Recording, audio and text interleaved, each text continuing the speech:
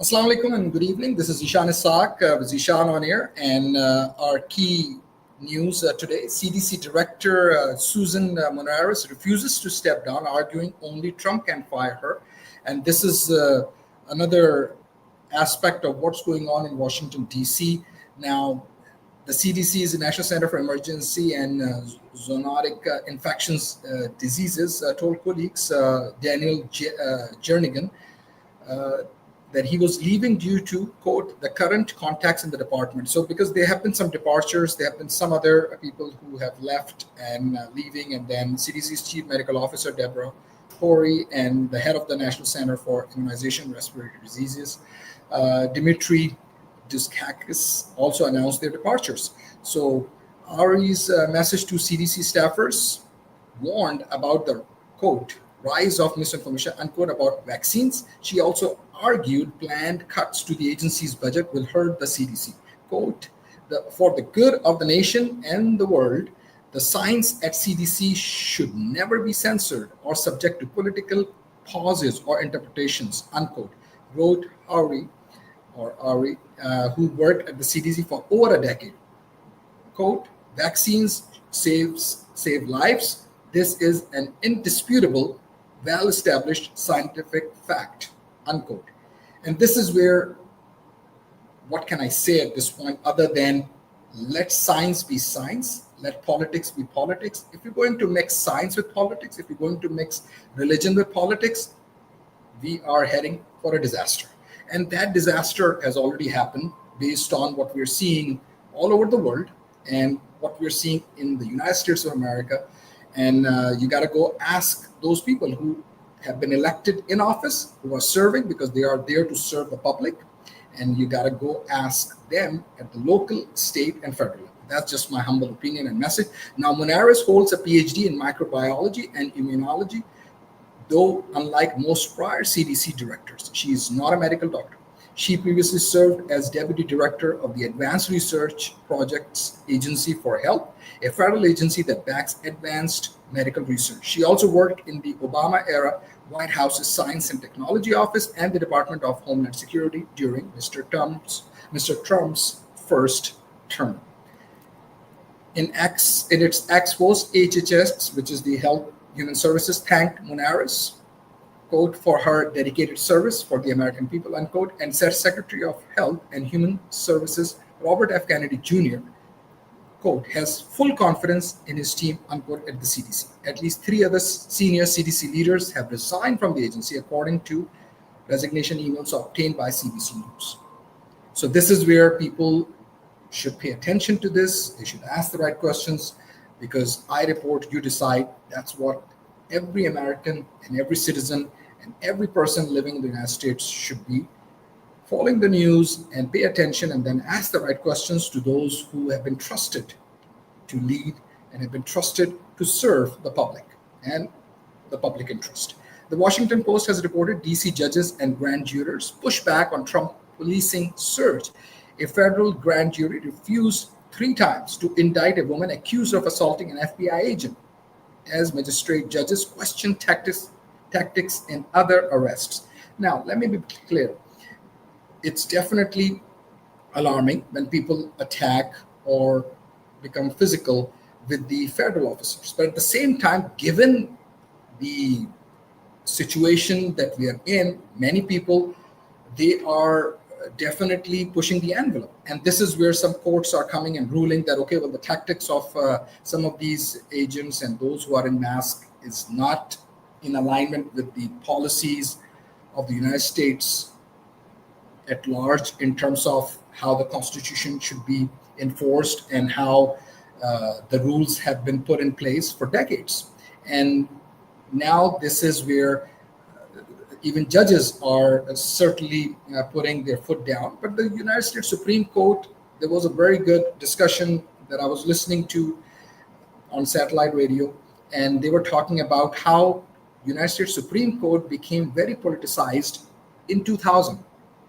And remember what happened in 2000? That was the Al Gore versus Bush presidency that was decided by the United States Supreme Court on 5-4 party lines. 5 Republicans, they voted in favor of Bush, and 4 Democrat judges voted in favor of Al Gore, and 5-4, here we were, and President Bush Jr., WL, from Texas, he was the former governor, was sworn in as the president of the United States of America. So that's where a lot of people who recognized how United States Supreme Court has also lost some of its credibility and ground, and they have not been the same that it started in the year 2000 because of that judgment as well. It was a landmark decision, and all of us remember that one. CBC News has also reported that the CDC departures follow months of upheaval. So there's certainly something going on at the CDC Atlanta headquarters by gunmen who police said was upset about COVID-19 vaccines. And this was the other issue where there was some shooting early August outside the CDC's Atlanta headquarters. Washington Post has reported violent crime is down by 27% so far this year compared with the same period in 2024, according to DC police data, and has declined 54% when measuring the year-over-year period since Trump issued his order August 11. This is where the National Guard has been called in Washington, DC, and there have been some carjackings. There was some drive-by shooting where a black girl, 3-year-old, she was shot at, and then President Trump used that as a justification as well. And then all those who support President Trump and the MAGA camp, they certainly use these excuses to further enforce these type of tactics where we have never seen National Guards, at least in modern history in the United States of America, being deployed in Washington, D.C., or as President Trump has said that it would be deployed in New York and also in Chicago and Boston, perhaps more cities to come. So this is the era we're living in, and it's all being reported. The president has painted a portrait of, quote, crime, bloodshed, bedlam, and squalor, unquote, in the district, blaming years of passive policing by local authorities and lenient criminal justice policies from Democratic officials, quote, but now they are allowed to do whatever the hell they want, unquote. Trump said of DC police as he announced his moves. He said criminals in the city are rough and tough, quote, but we are rougher and tougher, unquote. Zia M. Faruqi, who has castigated law enforcement officials for wearing masks while tackling and arresting a Venezuelan national who worked as a food delivery driver for disobeying an order he issued this week to release a woman from the DC jail, and for arresting and jailing a 37-year-old because, quote, he was a black man going into Trader Joe's, unquote. That's what the Zia M. Faruqi, he basically has said, and he's basically a judge, a federal judge. Now, there's also more, quote, I would say we live in a surreal world right now, unquote. Faruqi said at a court hearing for Christian Enrique Carias Torres, who was taken down by masked federal agents as he exited a Bluestone Lane coffee shop with a delivery order, an arrest that was captured on video by a Washington Post reporter. Quote, this is not consistent with what I understand the United States of America to be, unquote. The judge told Carias, that's Ziam Faruqi. The judge told Carias Torres, and he further said, quote, you should be treated with basic human dignity. We don't have a secret police, unquote. That's what the judge said. And then the Washington Post has also reported under the Fifth Amendment, however, charges that carry potential penalties of more than a year in prison must be approved by at least 12 members of a grand jury. After striking out with the DC grand jury, prosecutors dropped the effort to charge Reed with a felony and instead filed a misdemeanor charge that does not require grand jury approval. The maximum penalty for the misdemeanor is 1 year in jail. So this is where some of these cases and some of the tactics are being used to instill fear, paranoia, and to shut people out. So even law-abiding citizens, they should not say anything, don't speak. And if you are a permanent resident in Greentown, forget it, because I'm sorry to report that you don't even have a freedom of speech or freedom of expression because you are not a U.S. citizen. So this is the era we're in right now, and history is being recorded. The Guardian has also reported we are doing everything we can to keep our journalists in Gaza. So this is international news. where Wall Street Journal has reported, also Guardian and others, and it was devastating news of death of Masri and wounding of Khalid. Quote, we are urgently seeking more information and have asked authorities in Gaza and Israel to help us get urgent medical assistance of Hatim, a spokesperson said. And I will come back to Adrian Garcia's news in a second. But here is a little bit more information with regards to Israel has bombed Gaza hospital a second time, killing rescuers, say health officials. At least 20 people, including 5 journalists, died as they rushed to help those wounded in the first strike. And you can see the pictures reported by The Guardian. And at least 193 Palestinian journalists have been killed since 7th October 2023, according to the Committee to Protect Journalists, CPJ, more than the number who died globally in the previous 3 years. And then Israel's broadcasted killing of journalists in Gaza continues while the world watches and fails to act firmly on the most horrific attacks the press has faced in recent history, unquote, said CPJ's, that's the Committee to Protect Journalists, and their director, Sarah Khuda, she mentioned that. Quote, these unlawful killings must end now. The perpetrators must no longer be allowed to act with impunity, unquote. A spokesperson, Guardian has reported, for the Israeli military said the chief of his staff had ordered a preliminary investigation to the strike and said Israel, quote, expressed regret for injury to uninvolved personnel, unquote. Israel, quote, does not target journalists as such, unquote. They said Israel inquiries into misconduct by its military rarely ensure accountability. That's what the Guardian has reported. A report published this month shows that 88% of investigations into war crimes allegations in Gaza were shut down or left unresolved. Israel's investigation into the killing of the Palestinian-American Al Jazeera journalist Shireen Abu Akleh by an Israeli sniper in 2022 was never completed. And those who always want to make this religious, Shireen Abu Akleh actually was a Christian journalist. Houthis confirmed their prime minister killed in Israeli strike. So this is a latest development. Again, flashpoint, the Middle East and that region, because this is a prime minister of a sovereign country, Yemen.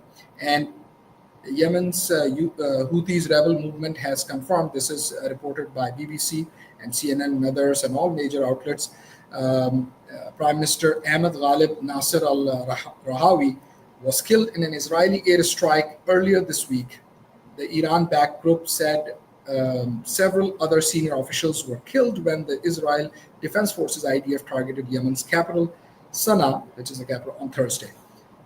And the IDF said Rahawi and other senior Houthi officials were, quote, eliminated, unquote, when Israeli fighter jets struck a gathering in the Sana'a area.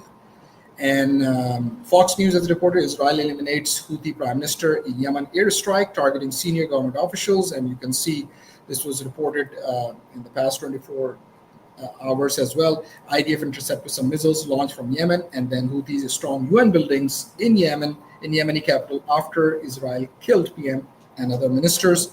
And this is developing news as well. And Yemen's Houthi leader condemns Israel's record of terror, quote unquote, after killings. So this region is again, I would say, in a situation where a lot of instability and no one can say anything in terms of doing the right thing or at least putting senses into all parties that let's calm the temperature down and figure out a solution, but no one is willing to do anything there. And this is where I would like to go back and show this Adrian Garcia's information as well, because Adrian Garcia is one news that has been followed. So the judge has stopped his deportation right now, has told immigration officials that's his first removal of Uganda because of the country's human rights record, and because the US has no guarantee that Uganda will not try to send him somewhere else. So, quote, we don't know if Uganda will even let him walk around freely in Kampala or whether he will be inside of a Ugandan jail cell, much less whether they are going to let him stay, unquote. Simon Sandoval Mohensberg, a lawyer for Abrego Garcia, said in a press conference ahead of the hearing. And This is where a federal judge, this is where reported by Wall Street Journal as well, a federal judge in Maryland temporarily blocked the Trump administration from attempting to re-deport Hilmer Abrego Garcia, the man it had mistakenly sent to a mega prison in El Salvador. And this is MAGA with M-E, not MAGA or MAGA, in El Salvador, and then returned to the US and charged with human smuggling. The US government is absolutely forbidden at this juncture to remove Mr. Abrego Garcia from the continental United States, unquote. US Judge Paula Zinnes said on Monday. She said she would hear additional arguments from lawyers in the coming days. So this is the glimmers of hope in this country, where some judges and some daring judges as well, they are trying to uphold the US Constitution. The United States government had to bring Abrego Garcia back from El Salvador. Then they were trying to deport him to Uganda, and that's where the judge said, stop, you cannot do that. So this is also reported in the Washington Post. President Donald Trump's surge of federal enforcement, this is where the streets of DC that I was mentioning earlier is happening. So a lot that we have covered. My whole idea is that I report, you decide, and we would like to thank our key advertisers. Without them, it's not easy to bring this research and this programming and to do the program in traditional media and also social media. So first, I would like to thank Affordable Insurance of Texas, AITinsurance.com. You can go online, get quote online, or call them 713-785-4000. Auto insurance needs, call them if you have any auto insurance needs.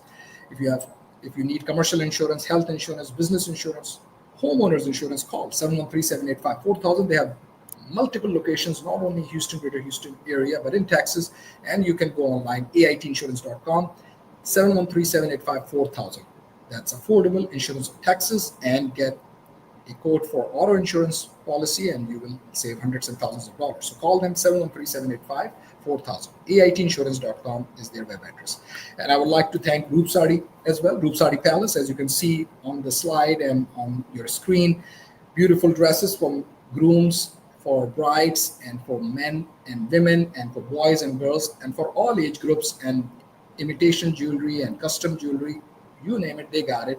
And formal wear, traditional wear, roopsari.com. You can order online, ROOPSARI, roopsari.com, or you can just call them or visit their store here in Houston, greater Houston area, at Hillcroft, close to Harvin.